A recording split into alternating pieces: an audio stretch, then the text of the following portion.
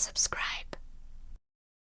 Hello guys, आज के इस वीडियो में आपके लिए लेकर के आए कुछ इंपॉर्टेंट जीके जीएस के क्वेश्चन जो कि हाल फिलहाल के एग्जाम में रिपीट हो चुके हैं। तो वीडियो को ध्यान से देखना और चलिए फिर वीडियो को शुरू करते हैं। आपका पहला सवाल, भारत में नमक का सबसे बड़ा उत्पादक राज्य कौन सा है? देखिए, भारत में नमक का सबसे बड़ा उत्पादक राज्य, यह राज्य है गुजरात, यानी जो आपका सही जवाब है ऑप्शन नंबर बी हो जाएगा, गुजरात। देखिए, आपका अगला सवाल है, भारत में सबसे कम वर्षा कहाँ होती है? देखिए, भारत में सबसे कम वर्षा यह होती है लेह में, यानी जो आपका सही जवाब है ऑप्शन नंबर सी हो जाएगा, लेह।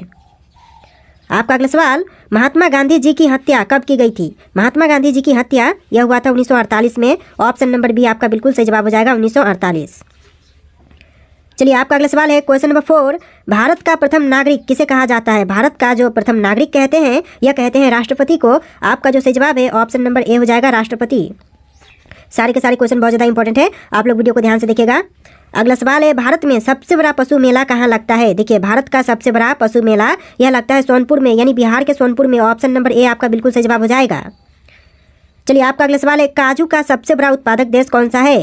काजू का सबसे बड़ा उत्पादक देश यह देश है भारत देश, ऑप्शन नंबर बी आपका बिल्कुल सही जवाब हो जाएगा, भारत देश। चलिए, आपका अगला सवाल हो जाएगा, लगातार 2 बार भारत के राष्ट्रपति कौन बने हैं? आपके ऑप्शन है जाकिर हुसैन, बीवी गिरी, राजेंद्र प्रसाद और सर्वपल्ली राधाकृष्णन। और आपका सही जवाब ऑप्शन नंबर सी हो जाएगा, डॉक्टर राजेंद्र प्रसाद, जो कि लगातार 2 बार भारत के राष्ट्रपति बने हैं, यानी जो ऑप्शन नंबर सी है आपका बिल्कुल सही जवाब हो जाएगा।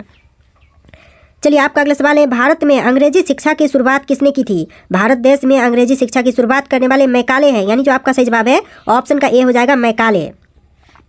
चलिए, आपका अगला सवाल है, भगवान बुद्ध को ज्ञान की प्राप्ति कहाँ हुई थी? देखिए, भगवान बुद्ध को ज्ञान की प्राप्ति हुआ था बोध गया में। आपका जो सही जवाब है ऑप्शन नंबर सी हो जाएगा, बोध गया। चलिए, आपका अगला सवाल, राज्यसभा के सदस्यों का कार्यकाल कितना होता है? देखिए, राज्यसभा के सदस्यों का कार्यकाल लगभग 6 वर्ष का होता है, लगभग नहीं बल्कि होते ही हैं 6 वर्ष, आपका बिल्कुल सही जवाब हो जाएगा। चलिए, आपका अगला सवाल है, फतेहपुर सिकरी को किसने बनवाया था, यानी कि निर्माण किसने करवाया? तो बनवाने वाले यह हो जाएंगे अकबर, ऑप्शन नंबर बी आपका बिल्कुल सही जवाब हो जाएगा, अकबर, जिन्होंने फतेहपुर सिकरी का निर्माण करवाया था। चलिए, आपका अगला सवाल है, भारत में सबसे ज़्यादा कौन सी भाषा बोली जाती है? पता है तो फटाफट कमेंट कीजिए आप लोग, इसका आंसर हम जानेंगे। फिलहाल कमेंट कीजिए, भाषा कौन सी है जो कि भारत में सबसे अधिक बोली जाती है? ऑप्शन में है हिंदी, अंग्रेजी, तमिल और बांग्ला। देखिए, चारों ऑप्शन में से आपका जो आंसर है ऑप्शन नंबर ए हो जाएगा, हिंदी। जी हाँ दोस्तों, भारत में सबसे अधिक बोले जाने वाली भाषा यह हिंदी भाषा हो जाएगा। चलिए, आपका अगला सवाल है, 1969 में कितने बैंकों का राष्ट्रीयकरण हुआ था? देखिए, 1969 में बैंकों का राष्ट्रीयकरण किया गया था, बट उनमें कितने बैंकों का हुआ था? तो यह क्वेश्चन आपसे पूछ रहा है। तो देखिए, आपका आंसर जो है ऑप्शन नंबर बी हो जाएगा, 14 बैंकों का जो राष्ट्रीयकरण है 1969 में किया गया था, ऑप्शन नंबर बी आपका बिल्कुल सही जवाब हो जाएगा। चलिए, आपका अगला सवाल है, भारत का सबसे स्वच्छ शहर कौन सा है? देखिए, भारत देश का सबसे स्वच्छ शहर यह शहर है इंदौर शहर, यानी जो आपका सही जवाब है ऑप्शन नंबर सी हो जाएगा, इंदौर। चलिए, आपका अगला सवाल है, स्वामी विवेकानंद जी का मूल नाम क्या था? स्वामी विवेकानंद जी का मूल नाम यह था नरेंद्र नाथ दत्त, यानी जो आपका सही जवाब है ऑप्शन नंबर डी हो जाएगा, नरेंद्र नाथ दत्त।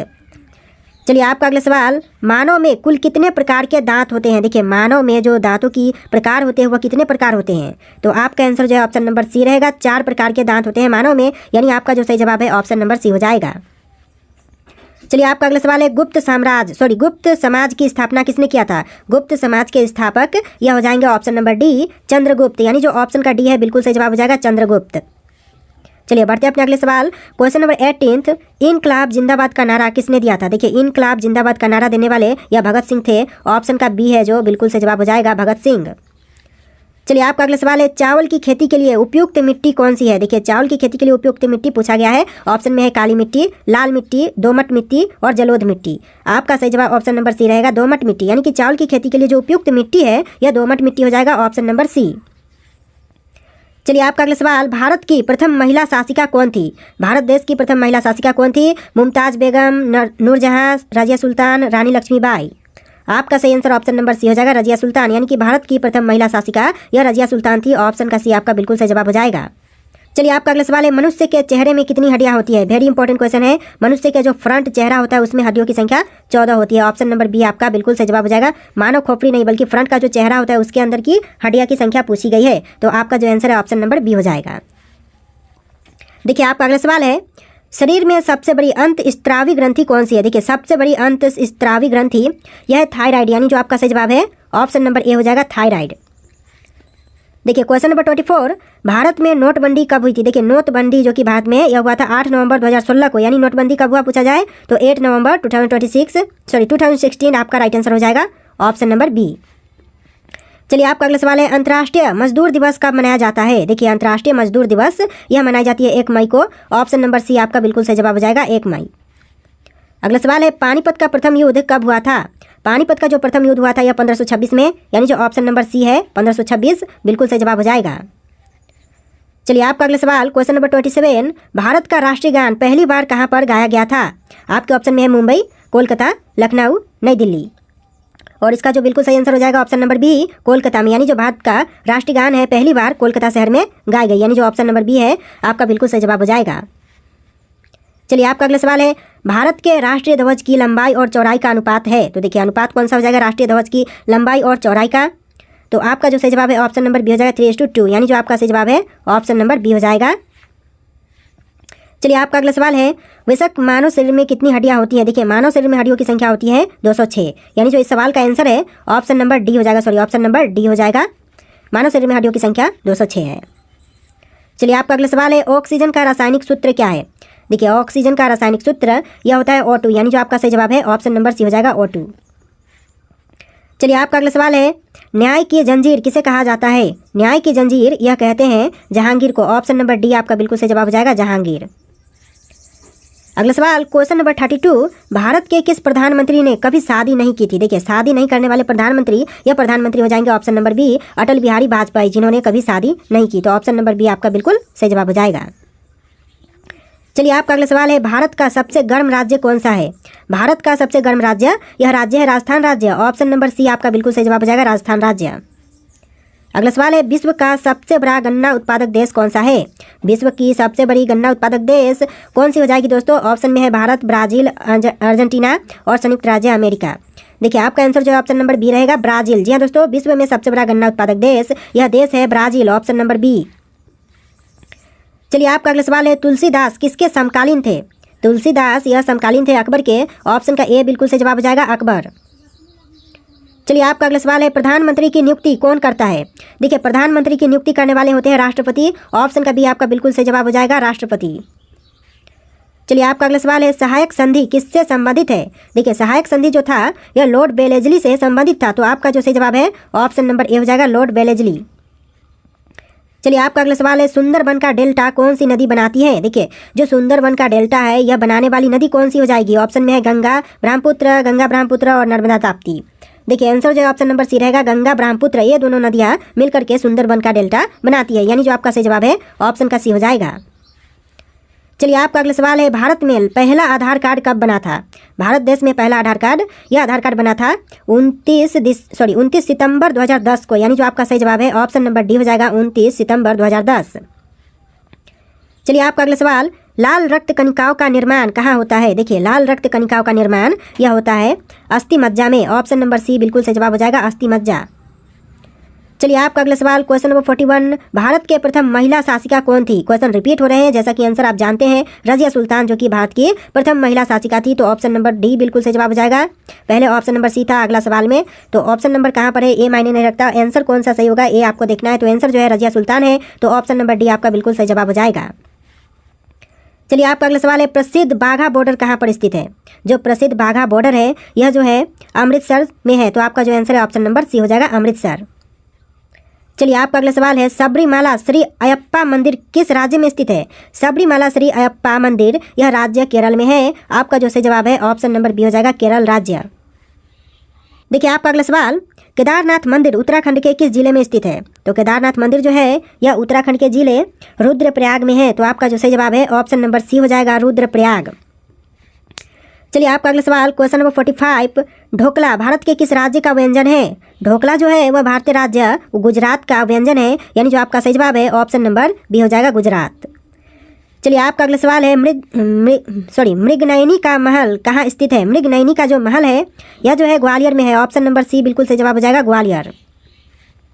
चलिए आपका अगला सवाल क्वेश्चन नंबर 47, भारत की पहली स्वदेश निर्मित रंगीन फिल्म कौन सी थी। भारत की पहली स्वदेश निर्मित रंगीन फिल्म यह था किशन कन्हैया, यानी जो आपका सही जवाब है ऑप्शन नंबर सी हो जाएगा किशन कन्हैया। चलिए आपका अगला सवाल है, उलट बंसी किस भक्त कवि का विशिष्ट योगदान है। देखिए उलट बंसी किस भक्त कवि का विशिष्ट योगदान है। तो आपका जो आंसर है ऑप्शन नंबर ए हो जाएगा कबीर का, यानी आपका आंसर क्या होगा, ऑप्शन नंबर ए हो जाएगा कबीर। चलिए आपका अगला सवाल, कंदरिया महादेव मंदिर कहाँ पर स्थित है। कंदरिया महादेव मंदिर जो है यह जो है खजुराहो में है। आपका जो सही जवाब है ऑप्शन नंबर डी हो जाएगा खजुराहो। चलिए आपका अगला सवाल, हिंदी किस अनुच्छेद के अंतर्गत राष्ट्रभाषा कहलाई। देखिए हिंदी जो है, हिंदी भाषा जो है वह किस अनुच्छेद के तहत जो राष्ट्रभाषा कहलाई गई है। तो आपका जो आंसर है ऑप्शन नंबर ए रहेगा, अनुच्छेद 343 के तहत कहलाई गई। तो आपका जो सही जवाब है ऑप्शन नंबर ए हो जाएगा। चलिए अगला सवाल देखते हैं, क्वेश्चन नंबर 51, राष्ट्रपति की आपातकालीन धारा कौन सी है। देखिए राष्ट्रपति की आपातकालीन धारा यह है 352, यानी जो आपका सही जवाब है ऑप्शन नंबर बी हो जाएगा 352। चलिए आपका अगला सवाल, रामचरितमानस में कुल कितने कांड है। देखिए रामचरितमानस में कांड टोटल 7 है। ऑप्शन नंबर सी बिल्कुल सही जवाब हो जाएगा। पूछा जाए रामचरितमानस में कांड की संख्या तो यह 7 हो जाएगा। चलिए क्वेश्चन है 53 नंबर, गेहूं की सर्वाधिक पैदावार भारत के किस राज्य में होती है। गेहूं का सबसे अधिक पैदावार जो भारत के राज्य में होता है वह राज्य है उत्तर प्रदेश राज्य, यानी जो ऑप्शन नंबर सी है आपका बिल्कुल सही जवाब हो जाएगा। दोस्तों वीडियो को लाइक करके चैनल को भी सब्सक्राइब कीजिएगा। चलिए आपका अगला सवाल, अंधेर नगरी चौपट राजा नाटक किसने लिखा था। अंधेर नगरी चौपट राजा नाटक के रचयिता यह हो जाएंगे option number D Bharatendu Harishchandra, यानी जो आंसर है ऑप्शन का डी हो जाएगा भारतेंदु हरिश्चंद्र। चलिए आपका अगला सवाल है, क्वेश्चन नंबर 55, ग्राम प्रधान बनने हेतु न्यूनतम आयु सीमा कितनी है।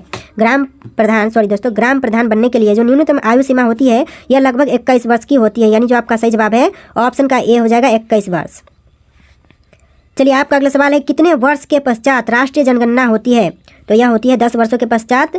तो फिलहाल में जो देखा जाए तो जनगणना जो है 2011 के बाद नहीं हुआ है। तो आपका जो आंसर है ऑप्शन नंबर ए रहेगा, 10 वर्षों के बाद राष्ट्रीय जनगणना की जाती है।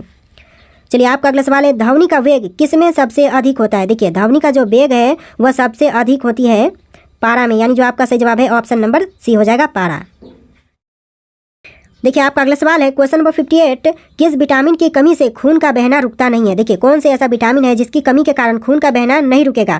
तो ऐसा जो आंसर है ऑप्शन नंबर डी हो जाएगा, विटामिन के कमी के कारण खून का बहना नहीं रुकता है। बाकी जैसे विटामिन सी है, विटामिन डी है, विटामिन ए है, इनकी कमी से खून का जो बहना है वह रुक सकता है। तो आपका जो आंसर है ऑप्शन नंबर डी हो जाएगा। चलिए आपका अगला सवाल है, भारतीय रुपया का चिन्ह कब अपनाया गया था। देखिए भारतीय रुपया का चिन्ह यह अपनाई गई थी 2010 में। ऑप्शन नंबर ए आपका बिल्कुल सही जवाब हो जाएगा 2010। चलिए आपका अगला सवाल, क्वेश्चन नंबर 60, गंगा नदी का संगम स्थान कौन सा है। देखिए गंगा नदी का जो संगम स्थान है वह कौन से है। आपका ऑप्शन है पटना, हरिद्वार, वाराणसी, प्रयागराज। देखिए 4 ऑप्शन है, आपको राइट आंसर कमेंट करना है। दोस्तों जो भी हो राइट आंसर आप लोग कमेंट कीजिएगा। और आज के इस वीडियो में टोटल 60 क्वेश्चन थे। वीडियो कैसा लगा है कमेंट करना। इस वीडियो को लाइक करके चैनल को सब्सक्राइब कर लेना। चलिए फिर मिलते हैं एक नए वीडियो में।